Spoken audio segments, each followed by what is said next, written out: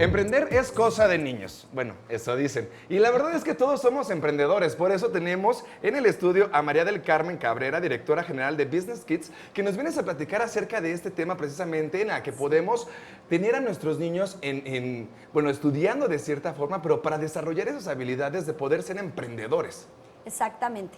Bueno, todos somos emprendedores. Desde que nacemos emprendedores, porque emprender significa empezar algo, y eso es algo natural en el ser humano, estar continuamente buscando cambios, buscando innovación, empezando cosas nuevas. El problema es que mucha gente va perdiendo ese espíritu emprendedor conforme crece, porque la vida te golpea. Entonces dejas de creer en ti mismo, dejas de buscar, de perseguir tus sueños, ¿no? El emprendedor se caracteriza por perseverancia, por capacidades, por supuesto, de negociación. Todo eso lo tienen los niños.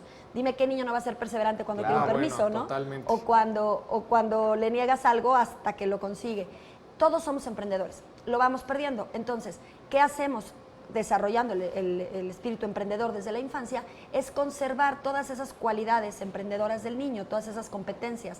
Entonces, lo que se hace es no desarrollar como tal, sino conservar, que todas esas cosas naturales que trae el niño, te digo, como perseverancia, inquietud, curiosidad, la creatividad, que es importantísima, que todo eso se vaya guardando y que el niño sepa expresar aquello que ama a través del emprendimiento. O sea, digamos que lo que quieres es, de alguna manera, que se mantenga una línea de esta constancia en la que el niño tiene este espíritu. Exactamente. Y que, como dices, las frustraciones nos van como cortando las alas, ¿no? Sí, te van cortando las alas. El chiste de todo el emprendimiento infantil es darle las alas al niño para que sepa que cuando sea grande puede vivir haciendo lo que ama. Si tú haces un análisis, hay muchísima gente que en sus puestos de trabajo adultos no están haciendo lo que aman, no hacen aquello que sueñan con hacer o sus pasiones. Con el emprendimiento infantil lo que enseñas al niño es que puede vivir en un futuro, por supuesto, haciendo aquello que más ama. ¿Qué pasa? Cuando emprende de niño, se le queda grabado en la memoria. Los niños tienen es como de plastilina su mente, todo lo van fijando, ¿no?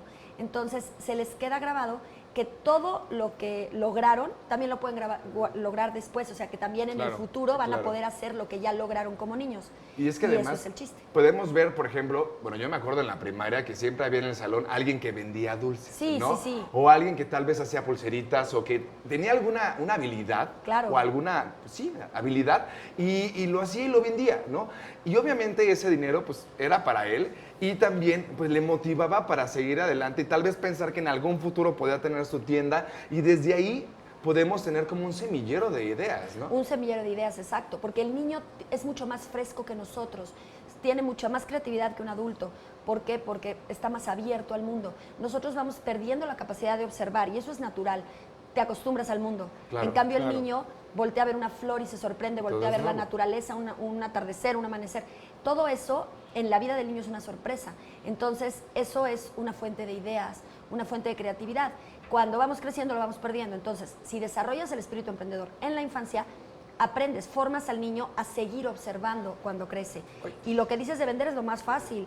Los niños aprenden negocios en segundos. Lo difícil muchas veces es recuperar autoestima dañada, porque hay niños que tienen daños en autoestima. La primera base de cualquier emprendimiento es la autoestima y la autoconfianza, o sea, me quiero y creo en mí mismo. Claro. Oye, pero, por ejemplo, para tener esto, de entrada, habría que tener una mente abierta como padre para invertir en la pasión de los hijos, ¿no? Porque de repente estamos adoctrinados a que solo ciertas profesiones son las del éxito. Entonces, el fomentar esta creatividad en los hijos viene de padres que quieren solamente invertir en esa pasión, ¿no? No, es bien importante lo que dices. Nosotros tenemos una estadística. 40% de los papás quieren que sus hijos sean lo que ellos fueron, o anhelan. 40% de los papás quieren que sean lo que ellos no fueron, o que consigan lo que ellos no consiguieron.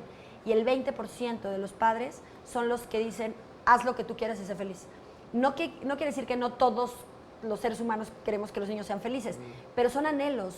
Si yo no pude ser algo, quiero que mi hijo lo logre. Si yo sí pude, ahora quiero que mi hijo siga por ese camino, ¿no? Si yo fui abogado, porque es quiero el que sea éxito que yo tengo porque, comprobado, claro, ¿no? y es obviamente lo hacen por amor, nunca por otro camino. ¿Y cómo hacer de incrementar este porcentaje de padres que hay que apoyan? trabajar con los padres. Tenemos nosotros una escuela de padres y te sorprendes porque de pronto dicen, es que me estoy dando cuenta que mi hijo ama dibujar.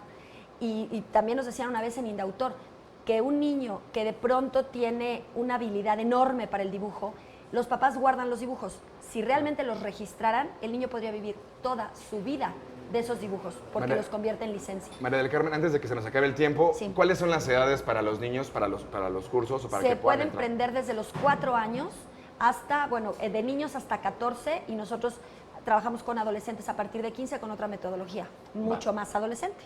Perfecto, muchas gracias. Muchas gracias. De Y nada.